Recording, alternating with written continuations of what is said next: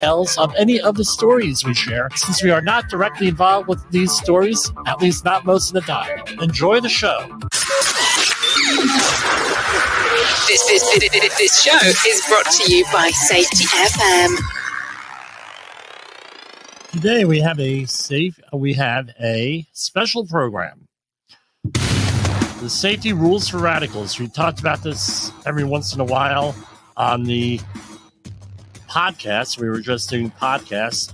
We're going to talk about it today with the overheads. People call them overheads. Other people call them PowerPoints.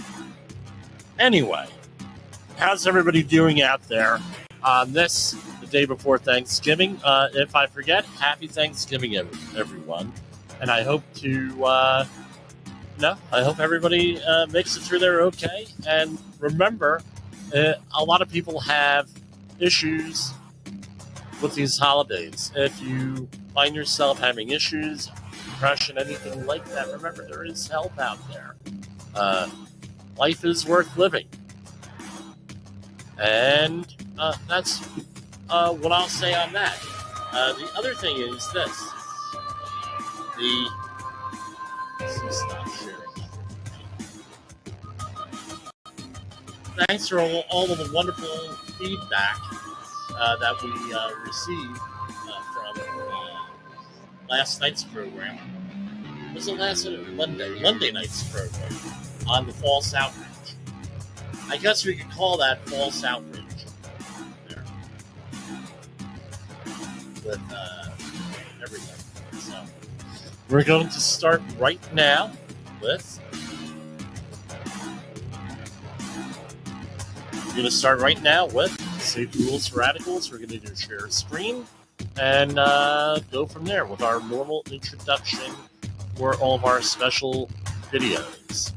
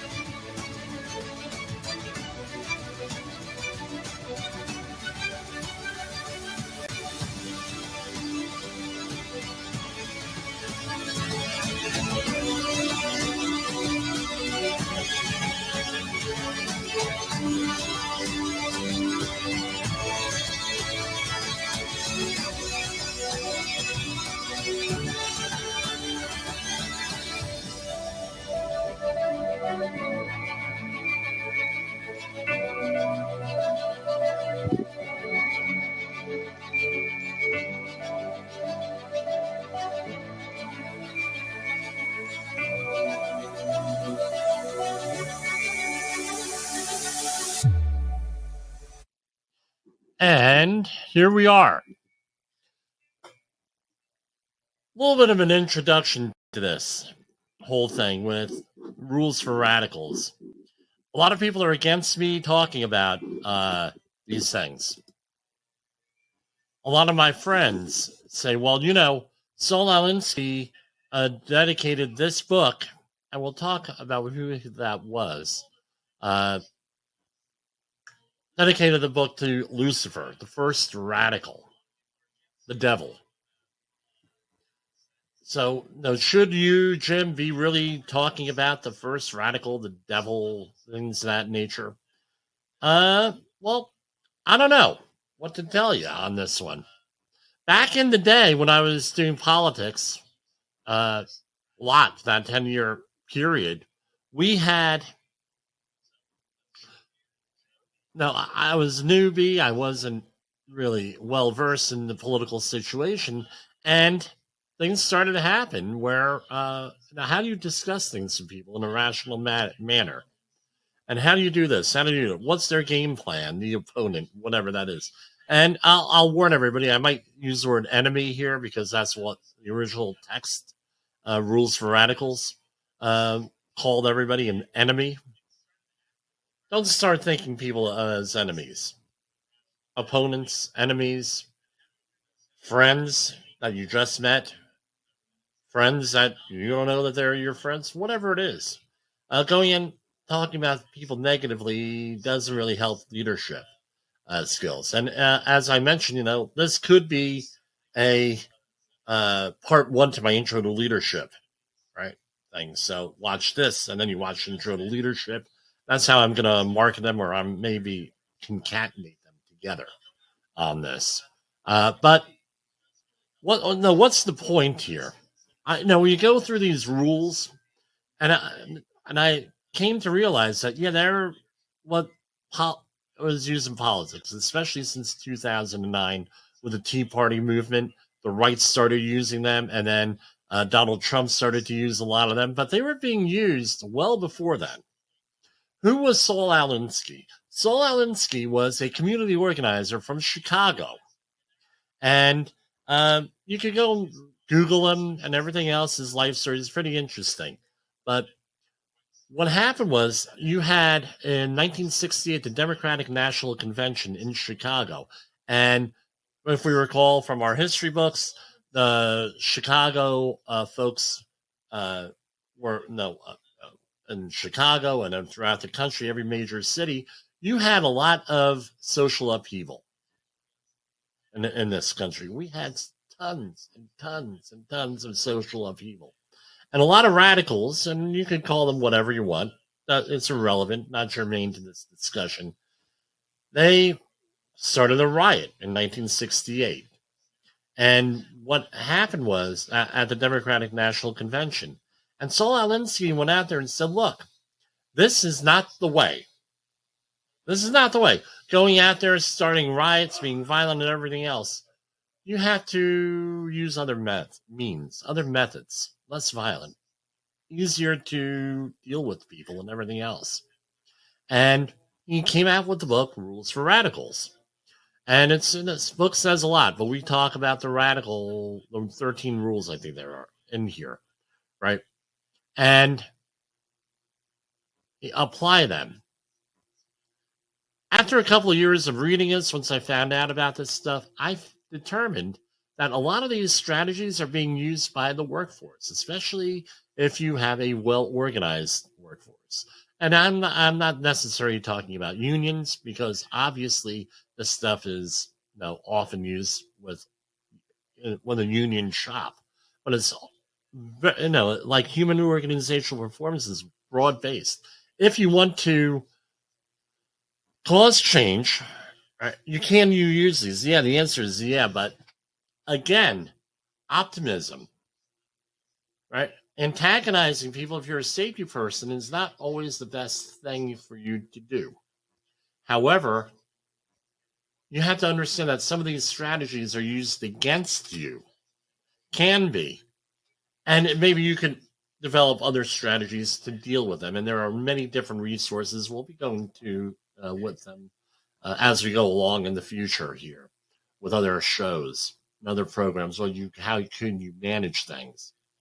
But without any further commentary, by the way, Secretary or Senator, I don't know what she prefers, Hillary Clinton had written her senior thesis on these documents on Rules for Radicals and on Saul Alinsky when she was in undergraduate school. And pretty interesting read if you could get a hold of it. It was on embargo.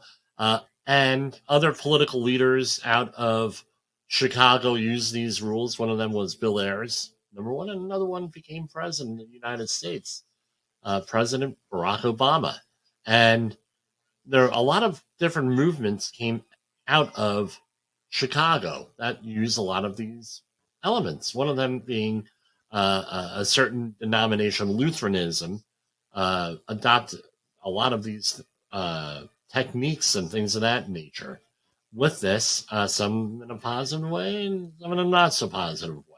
So this is something we're going to talk about, and you may recognize some of them. And the first time I presented these things was at my Oush Outreach Refresher. I believe it was for General Industry in 1990. I'm sorry, where did that come from? 2020, where we had and it was just stunned silence, like mic drop sort of territory, because people were like, yeah, this is what we have to deal with. And in some ways, it's gotten worse since COVID. Some ways better, depending on where what your situation is. So let's fire up the overheads, and we'll go from there.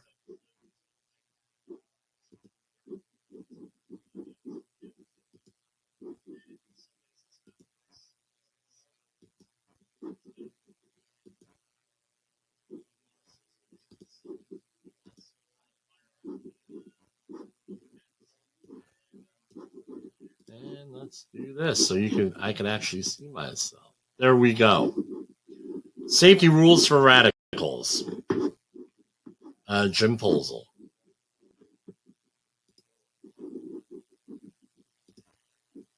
Okay, so these are a lot of our challenges here that we have to deal with. And we mentioned who Saul Alinsky is. Now, used by political offers to change culture. It could also be used to change corporate culture one way or the other, right? And also used to prevent change. So if you're a safety professional or other professional and you're going to try to institute some type of a change, a lot of this stuff is what you may deal with. So why are safety people hired? Did we ever ask that question? Why are we hired? Corporate stewardship?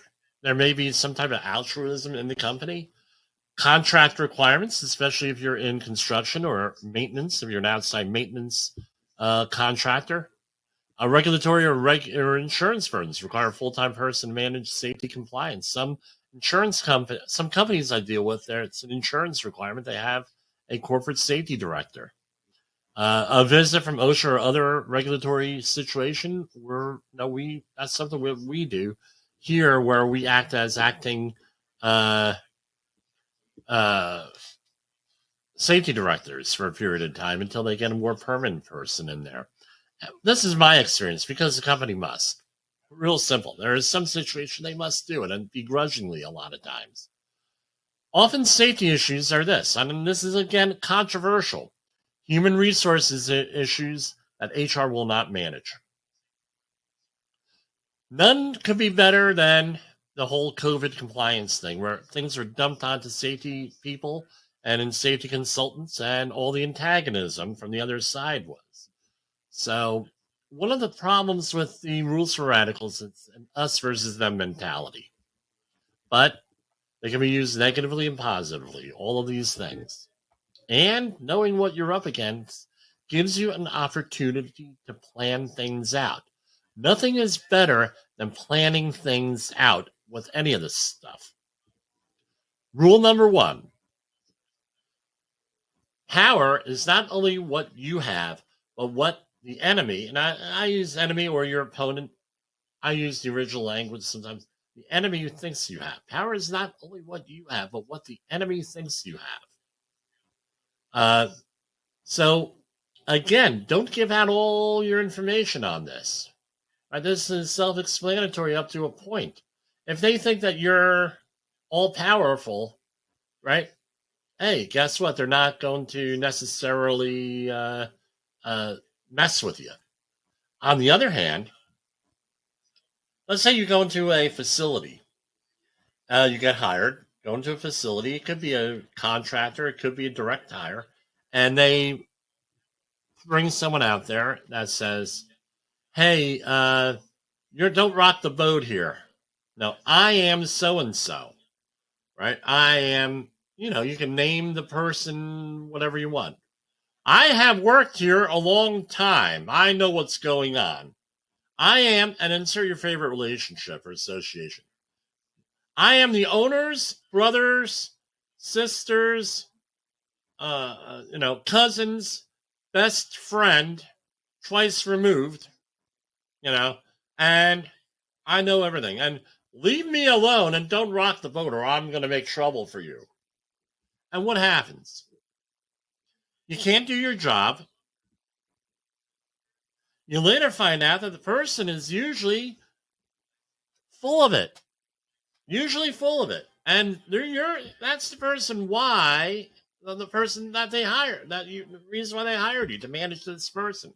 It's happened more than one time to me with this, right? And rules number 2 and 3 could be combined. Never go outside of the expertise of your people. Whenever possible, go outside the expertise of the enemy. How does this break down? It's an old-fashioned game of distraction. So if you're in a meeting about a safety issue or even having a conversation with someone, you have to expect the Chewbacca defense. What's a Chewbacca defense? From South Park, 1998, Chef Aid. The Chewbacca defense is a strategy where a criminal defense lawyer tries to confuse the jury rather than refute the case of the prosecutor. It's an intentional distraction or obfuscation. Well, what do you mean, Jim? How does this work out? Okay, you find out. I took out a slide there, so I was making sure it was taken out. I have a problem with you with a forklift here. Did you do the inspection on that forklift?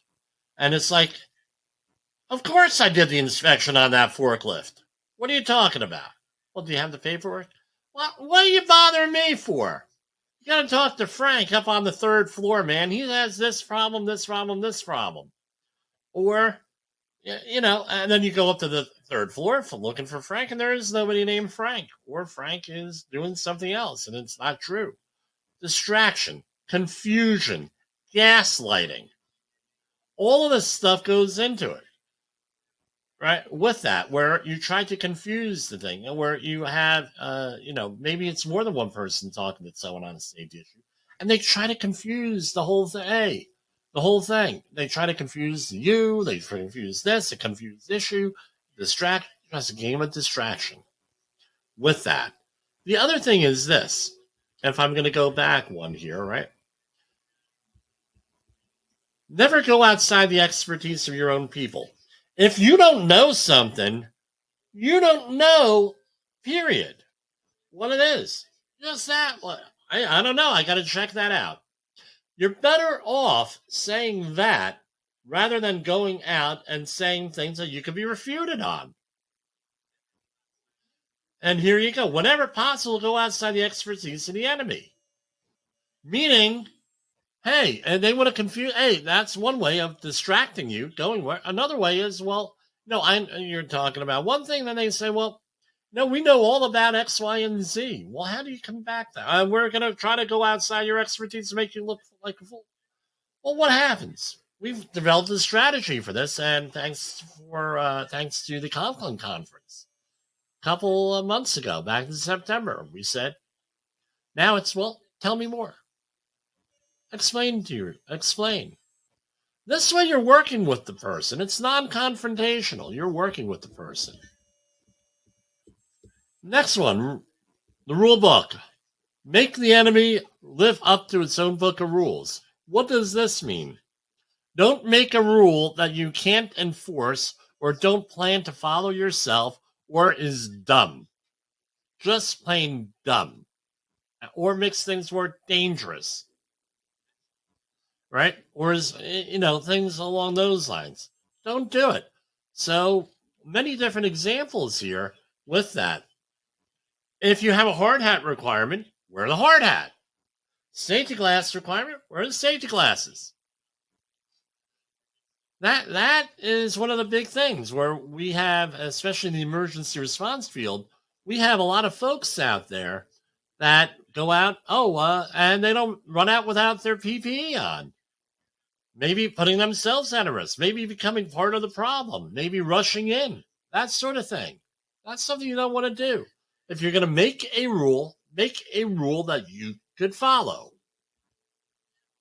Ridicule is man's most important weapon. I think that stands to say for itself, right? You can't argue with ridicule, very difficult. Right, there are certain strategies, but ridicule, there's not too much you can do about that, especially if there's some humor or dark humor thrown in with the ridicule. No, don't take yourself too seriously, is what I tell people. People ridicule you, yeah, you're laughing off. Ha ha ha. The worst thing that you could do is go and argue with the person, tit for tat. Don't get upset. It's only going to bring out more to ridicule you. Get the leadership on board with safety all the time. When the workforce leadership likes you, right? This usually stops. That goes into part 2 of this, which is introduction to safety, leadership. Our previous video, we'll put these together probably.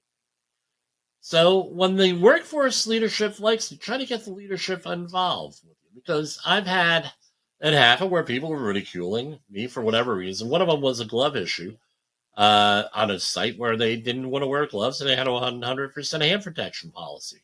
Well, guess what happened? The shop steward said, knock it off, guys. Just doing his job. That's it. Guess what? It stops the ridicule, at least in front of you. A good tactic is one your people enjoy. It's one of the things. If you're doing something out there, people enjoy it, that's good. But on the other hand, if they're doing something that they enjoy against you or the organization, they're going to continue to do it. Just the way it is, folks. Right? A tactic that drags on too long becomes a drag. Right? This is one of the ones you can use too, for or against you. Right? A good tactic is one your people enjoy. Well, guess what? If people like doing an activity, continue to do it. They like doing it. Safety activity or something. Hey, we enjoy doing this. We're going to do it this way. It happens. That could be anything. So, for example, we have with my work crews, and I'm managing a project.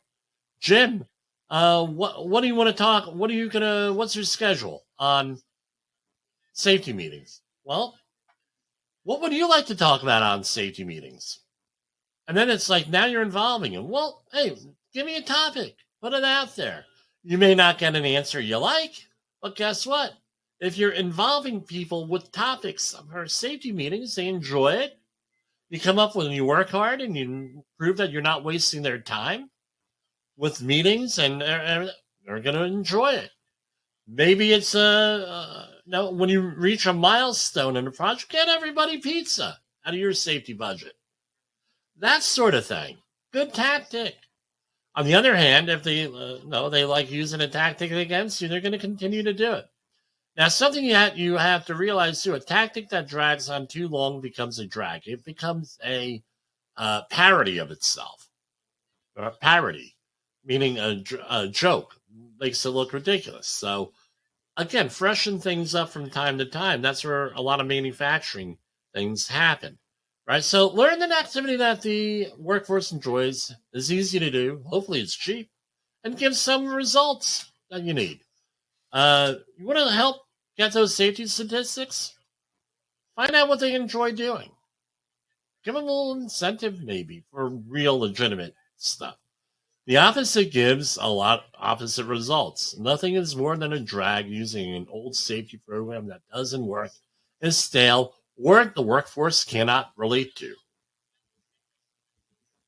A problem workforce will continue to do things to circumvent your efforts if they enjoy it. Number 8, keep the pressure on. Once they find your weak spot, people will find your weak spot. They will focus on it and undermine you. So avoid oversharing what you like or you don't like. Right? So when they find your weak spot, they will focus on it and undermine you. No. They'll find your weak spot. They'll find your weakness. They'll find what you don't like, and then they'll undermine you. Being successful and filling in the gaps of your knowledge, again, if you have a weak spot, you got to know how to fix it, whether it's personality-wise, whether it's knowledge-wise, leadership-wise, anything. And the other thing you can do, you can include them in discussions, especially if they're a subject matter expert or they think they are a subject matter expert. Look to that workforce for the solution to what they're doing. Try to get them on your side. You realize, hey, this is my weak area. Say, hey, go up to your friend Frank. Hey, Frank, hey, maybe we could go over there and you can help me out with this. All of a sudden, when you put them in a, hey, this is my weak spot, maybe now they could do that. We could get this. You try not to go for outside help like your boss and your tattletale unless they're doing something illegal, obviously. Include them in discussions. Rule number 9. The threat, and I believe this is in the introduction here, the threat is usually more terrifying than the result. So your imagination is your worst enemy. Don't let your imagination run wild with any of this stuff that we're talking about here. Don't let your imagination run wild. Again, a lot of tragedies happen out there. Deaths. And then people get into this what if thinking. They get nervous. Well, what's the worst thing that could happen? Well, as safety people, sometimes we have to talk about what's the worst thing that could happen. A fatal flaw analysis, tabletop exercise, emergency action plan, all of that stuff we have to get involved with, right? We have to think about it. But then you have to compartmentalize that. Get it out of your mind. Don't let your imagination run wild. To get away from that what if thinking. Your imagination is your own worst enemy. You keep, oh, well, then this is going to happen. Well, guess what? I learned. It took a long time. Someone threatens you. Okay, they threaten you. Oh, this is going to happen. Okay, well, this is going to happen. Usually, again, the threat's worse than what it actually is. Sometimes you have to take the or else. Jim, you got to do this or else. Okay, well, I'll take the or else. How's that? Throw them off. The major premise for tactics is the development of operations that will maintain a constant pressure on the opposition. Comes in many forms. Keeping pressure on you. All the problem issues come to you the same day. We often attribute that to consequences. Sometimes it is. A lot of times these accidents, we know through our human and organizational performance studies that a lot of times the accidents happen at random. Things may come in trends, especially, if you ever play craps or roulette, trends. All right. But when it starts happening regularly where all the problems come to you at the same time, you got to say, is that really... Now, was this coordinated? Is there, dare I say, none dare call it conspiracy? It happens. I've had this happen multiple times to me, especially when I had a corporate job. That's why I don't, very dysfunctional group. Contact you on days off for non-urgent issues. Has that ever happened to you? Keeping that pressure on? You're on vacation, on a beach. They contact you on days off for non-urgent issues. How about change paperwork, lose paperwork? I got a misspelling there, right? Lose paperwork, then blame you. The advent of what are called computer scanners and smartphones have pretty much eliminated most of this stuff. Again, keeping pressure on you. Hey, I need that. I need that. I need that. I need this. I need this. How many times do I get called up? I don't have that certification. I have an email. I send you a certification. You did the training? Send you the certification. Well, I don't have it. I can't find it. Well, maybe you can't find it is one thing, but don't tell me you didn't get it. And how about changing paperwork? Are they giving you old checklists? All right? And then, of course, blaming you. And we all know blame fixes nothing. Well, you know. And then it puts you on the defensive. That may be your weak point, putting you on the defensive, and you get defensive. Something you got to break out of. Steal resources. Could be something as simple as a dry erase marker for a presentation to taking equipment. As I I had a good conversation with Jay Allen and Todd Conklin. Right? Every time, and I got this from my wife, who's an event to meeting planner. What you try to do is, if you're depending on the venue you're in, always bring your own equipment. How's that? Always bring your own dry erase markers. I always bring a dry erase marker board, my own projector, my own screen, my own sound system. I bring everything myself. It's like, Jim, why? Are you that paranoid? I wouldn't call it paranoia. What I would call it is we have things happen. How many times have I gone somewhere where hey, it may be a 2 or 3 day seminar or a class. Day 1, everything is there. Day 2, everything is missing. Again, stuff doesn't work, deliberately or not. Again, building capacity into that system is what I'm talking about. General sabotage. Take your pick. Many, many different ways of sabotaging people. Rule number 11. If you push a negative hard and deep enough, it will break through into its counter side. So make a negative into a positive. Keep a good, cool head. Walking away is always an option. Right? So if you're going to push and push and push, eventually you may win. And you got to be prepared for that, which comes up to number 12. Price of a successful attack is a constructive alternative. This is, my opinion, the main issue why we have all the political problems that we have. When you go out there and you have, and it could go left or right, doesn't matter. You go out there and you say, hey, oh, these are our problems, and you start to get angry. People feel like, hey, this is finally a person that understands. If you don't have a way of fixing the problems, or at least attempting to fix the problems, you're going to run into an issue here with all this stuff. Well, Jim, what do you mean? What do you mean? What do you mean? It's real simple. You have to have a solution. Don't just criticize. How does this take form? You have, and I'll say it, union organizer. Know why we have union organizers? And they're usually correct. Bad working conditions. And they'll get everything all angry and angry and angry and angry. They'll bring in the union, and then the union they never see the union again. That happens.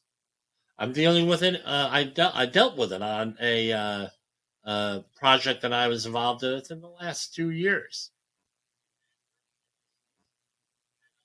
With a politician, it's just as bad. We're going to do this. This is what our problem is. And then what's the solution? Don't give solutions. The other thing is this. Change your thinking from no because. Can we do this? No, because blah, blah, blah. Do something like yes, if. Say yes. Find a way. Find a solution. Find a whatever. Rule number 13. Pick the target, freeze it, personalize it, and polarize it. So what are we talking about here? Dividing and conquering to old-fashioned bullying. Polarize it. We're going to concentrate all our angst on one person or two people. One group, the safety department, is going to get all of our ire. The other one you could do is old-fashioned bullying. Still happens. In some areas, my understanding is in Canada, it's illegal to do that at work, to bully people. There is some illegal stuff. My opinion, they're fringing on free speech in some cases with that. So here's some other examples. They don't include you in meetings, or they don't tell you about meetings you should be at. Decisions are made. Opinions are given. You're not there to give any feedback. How many times does that happen to safety professionals? Happens all the time. That's happened to me all the time. A lot. Back in the day. Now it's along the lines of, once you get some experience and credentials and things of that nature, it tends to lessen. to not happen as much. So now, hey, look, had I been included in the meeting, we could maybe have come up with a different solution here. It would have saved you money. Or maybe did you, well, I ask this all the time, did you consider all of the possible things here? And then maybe there could be an easier way of doing this if you included everybody. Again, more information does not make us stupider. More information, right? And again, this often happens when employers are afraid of information. Not giving you the correct equipment that you need. You say, well, Jim, what do you mean not giving you the correct equipment that you need? Let's say that you need some equipment to do a job. You're doing air sampling or air monitoring. They give you the wrong air sampling equipment, the wrong air monitoring equipment. Missing parts. You have to end up jury rigging everything with everything. Breaking equipment you need. Happens a lot. I give the story of an excavation cut we were doing where it was on a hazardous waste site. I had to do air monitoring. I get there. The contractor breaks all the air monitoring equipment. Therefore, I can't do air monitoring. Think they're going to stop the job? I said, look, this is the way it is. I can't do the air monitoring. I can't be confident person. We can't enter that safely. Well, we're going in there anyway, and then they give you the New Jersey salute. Unreasonable time frames. I always ask what the time frame you want things are. You get an assignment? Even in corporate America. Hey, when's it supposed to happen? And the other thing is, well, what's your priority on here? How should I get it done? If I'm going to drop everything to do this, you know that not everything else is going to get done on here. One of my favorites, rushing an accident investigation. How about that? Not rush, right? We have a week to determine whether something's recordable or not. It may take a week to do an accident investigation with that. Finalize things, get all the paperwork together. And guess what? Accident investigations, those should take 6 months to do an accident investigation. Show up to your facility. Again, that's what it is. Why are we in such a rush? Rushed investigations lead to rushed solutions that are unreasonable and may be wrong. Don't be in a rush with that. I point this out to people. Don't be in a rush. Examples, not giving you resources, time, or personnel to do the job. Well, safety is often, not all the time, but safety is often a overhead position. They don't generate money per se. They generate money by saving money, avoiding risk, insurance premiums, not spending money on accidents, things of that nature. But what happens is you don't have money to have 2 safety professionals or 3 or 4, whatever the number. So we're going to get by with 1. Another one, no professional training or development. This is one of the cardinal problems I see out there with safety professionals. We don't have enough time to do training, development, or anything like that. That means new knowledge. Maybe being better able to identify hazards. How many times do you think I've come across people? Yes, I'm the fall protection competent person assigned by the employer. Okay, where is your training for that? Oh, I learned it on the job. Okay, well, that could mean a lot of things. Who taught you? Why did you do it? Blah, blah, blah, blah, blah. Going into this. Only one time in all these years have I had a situation where someone was trained on the job by someone else correctly. For Safety Day, at one of my clients this year, when we were doing the stand down for fall protection, we had people in there that largely learned on the job about fall protection, and they went to classes, and we were giving them information that they didn't know about. like fall protection distances. That's critical information on that. How about inspection? Yesterday, I had an incident on a project where they were using a sling that did not meet inspection criteria.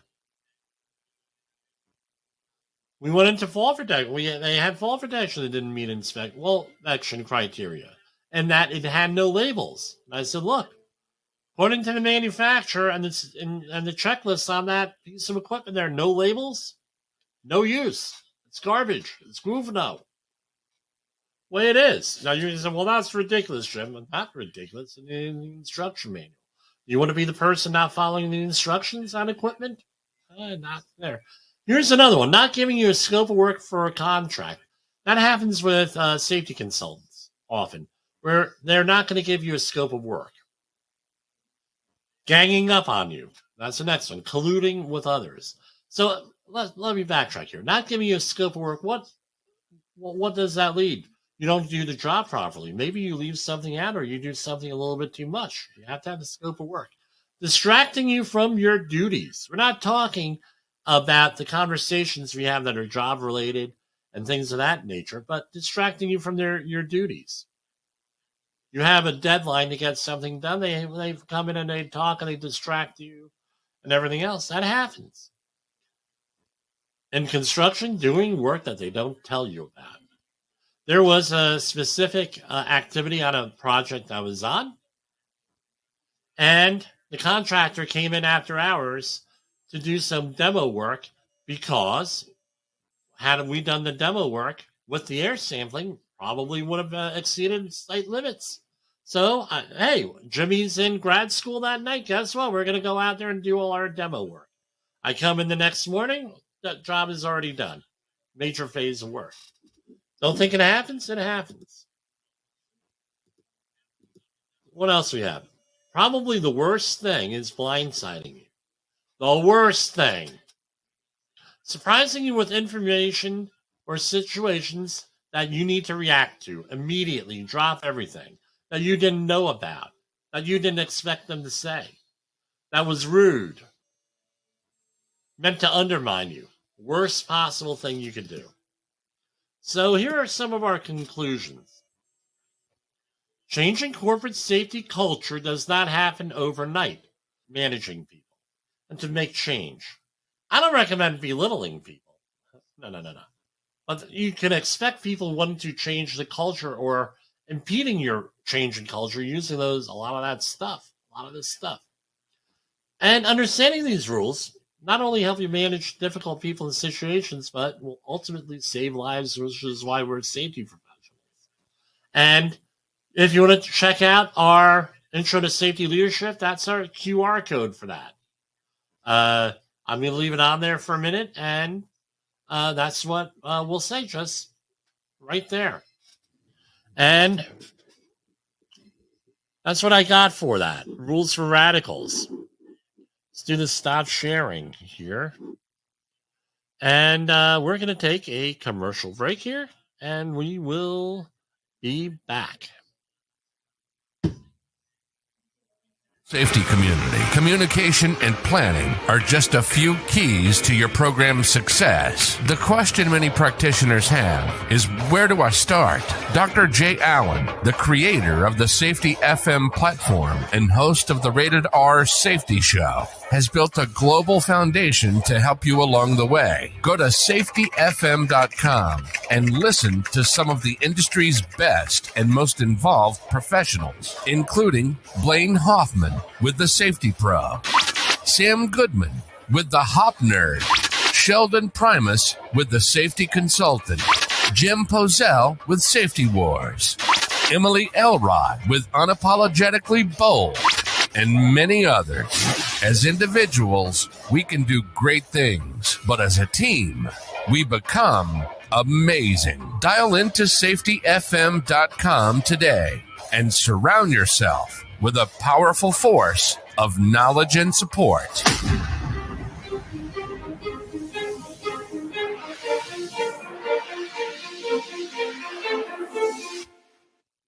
This is Safety Wars, broadcasting to our brothers and sisters in the occupied territory of behavior-based safety. Get out your secret decoder ring. Here is your nightly message. Learning is vital. Learning is vital. And one more. Oh, one more here. Hold on. OSHA recordables, catastrophic losses, environmental disasters. You want answers? So do I. This is Jim Posel with Safety Wars. That's my daddy. Safety Wars is streaming now. SafetyFM.com. All right, so I mentioned this on Monday night, but it's worth another mention. This is from The Hill, Joe Jaquez. Fried turkey, a Thanksgiving fire hazard for officials warn, right? $15 million damage, we mentioned the other night, caused every year from these turkey frying incidents. It's mind-blowing on a certain level. So, and of course, the article locks up on me here. But anyway, one of the big hazards is with these turkey fryers. Right, and you may have it. Is one, the turkey is not thawed out all the way. They put it in there. Water hits the hot grease. What happens? Water in the water in the ice in the turkey then breaks down and disassociates into hydrogen and oxygen, two parts of the fire triangle. And what happens? Then you have a massive explosion. You have all these bubbles coming up. All the steam coming up and it boils over. People get burned. And then, because you have an exposed flame on the bottom, the oil drips out, goes on the flame, and now you have a huge fire. It's a bad, bad, bad situation. So you want to, if you're going to be using one of these, don't do what somebody in my neighborhood did a number of years ago, where they did the turkey. It was a bad weather. They did the turkey frying in the garage of brand new construction. It was a construction crew, and they burned down their house that they just finished building. Yes. So you want to do this like out, or what do they say, 10 foot away from any. I wouldn't go 10 foot away from this. I'd go like 20 foot away. And make sure you don't go so far away as to be away from a fire extinguisher, or so far away from your own house that you put your neighborhood and your neighbor in jeopardy. Because I could see that happening too. The other thing is this: don't overfill these things with oil. What some people do is they fill them up with water, right? And they drop the turkey in the water. They figure out how much oil that they need in that based on the amount of water that they had in there, and then they figure it out from there, right? On that way they don't overfill it. Just be careful with all of this. I mean, it's a major issue. This is from Wall Street Journal, the opinion section from, who is this? It's letters to the editor is what it comes down to here. This is in Future Review. I'm going to hit follow on here. Students discuss why we don't trust science anymore. Students discuss the dwindling confidence in scientists since the start of the pandemic. So anyway, why did people not do this, right? Here we go. This is from a person. I'm gonna leave the names out here. I don't know if these people want to be outed on this show. Before the pandemic, Americans saw scientists as nearly infallible brainiacs who achieved superhuman feats of innovation that pushed society forward. When members of the public thought the scientific community, they likely imagined researchers in goggles and long white coats inspecting microscopes in futuristic laboratories, armed with resources bestowed by university endowments and federal grants and powered by lifetimes of study. This picture shattered when science became synonymous with ideological heavy-handedness. Suddenly, in March 2020, science was thrust onto the national stage. Science, they said, is why healthy children and young adults must stay locked in their homes. Science, they said, is why you must mask and double mask. Science is why a person must quarantine for 2 weeks following COVID diagnosis, or maybe it's 10 days. This is all quote, right? Verbatim. It's no wonder that the percentage of Americans with a great deal of confidence in scientists has dropped 16% from 2020 to 2023. The supposed science was thrust on the American public despite scientists' claims of certainty and terrible consequences if they were obeyed. Each order was followed by a contradictory order. While the public lived in desperation, scientists and bureaucrats felt no need to explain, no need to apologize. For the public to forgive them now, they must first offer a public apology, and that is from a student in University of Colorado in Boulder.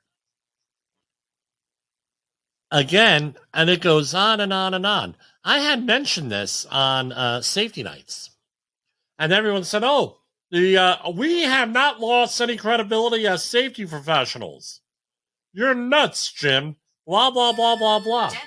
Guess what? Again, this undermines that on here with the loss in science in the thing. I'm going to go to commercial break right now. We had something come up on the phone, and we're going to go there now. Hold on. In a world where danger lurks in every corner, one man stands as a beacon of hope. Jim Polzel, a veteran safety expert with over 3 decades of experience, now bringing his knowledge to you with Safety Wars. Engaging, informative, and always relevant, that's Safety Wars.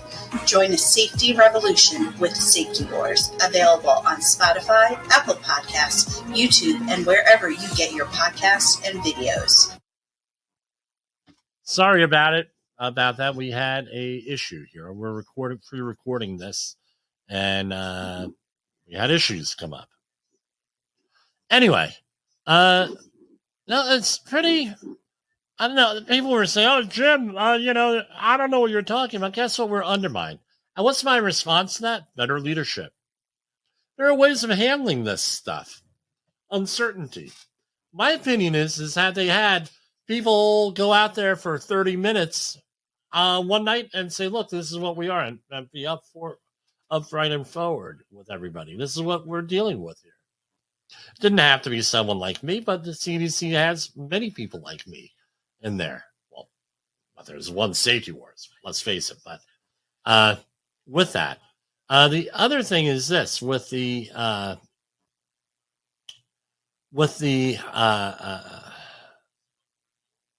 there's other issues out there.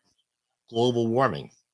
We did a whole series here on the uncertainties that they have in the global warming stuff back in February of this year on our podcast. I don't have videos there. With Ward Moncton was one of them, and Lord Christopher Moncton and others on the uncertainties. We hear about these uncertainties, and we hear about consensus. Again, with the COVID stuff, there was consensus on that also. How did that work out for us? Okay. I went through study finds today, and let me finish up with some of this stuff. Social media nostalgia. This is a study from Study Finds. Social media nostalgia.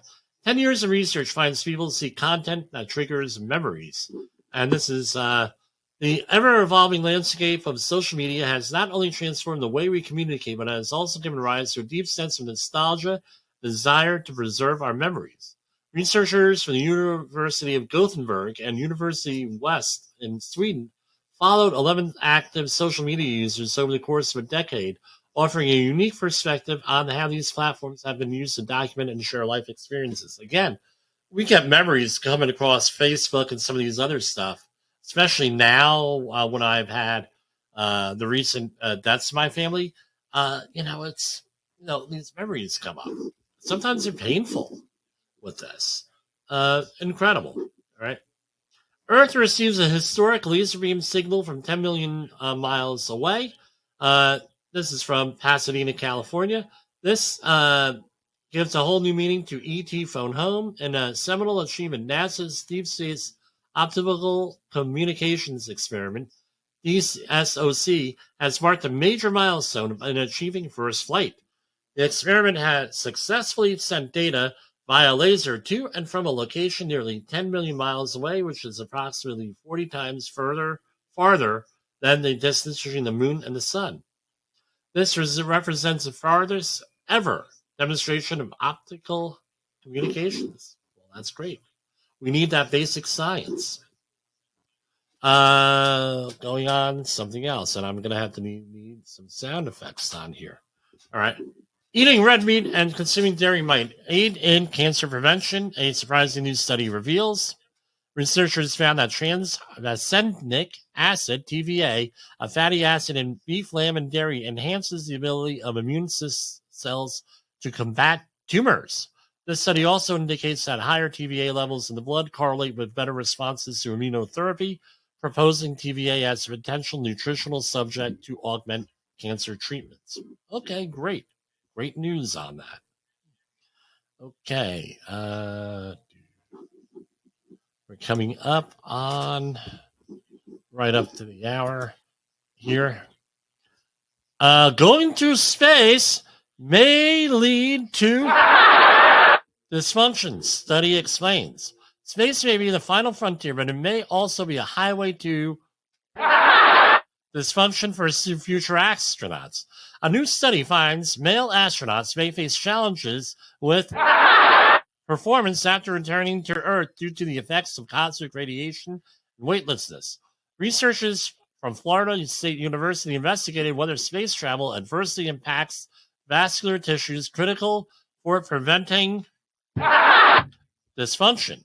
Their research, which involved experiments on rats, indicates that even relatively low doses of galactic cosmic radiation and to a lesser extent simulated weightlessness could result in long-term issues.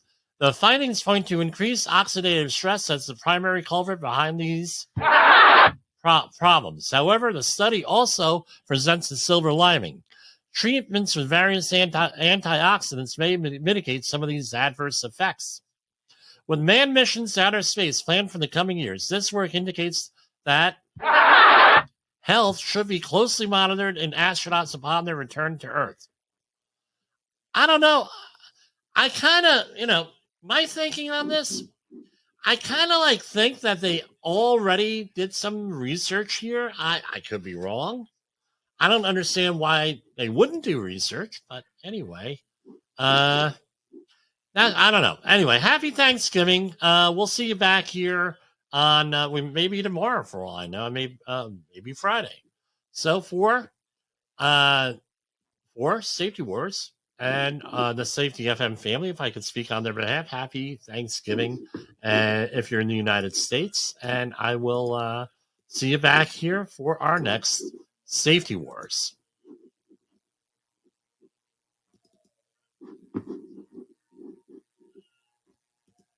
Hold on and...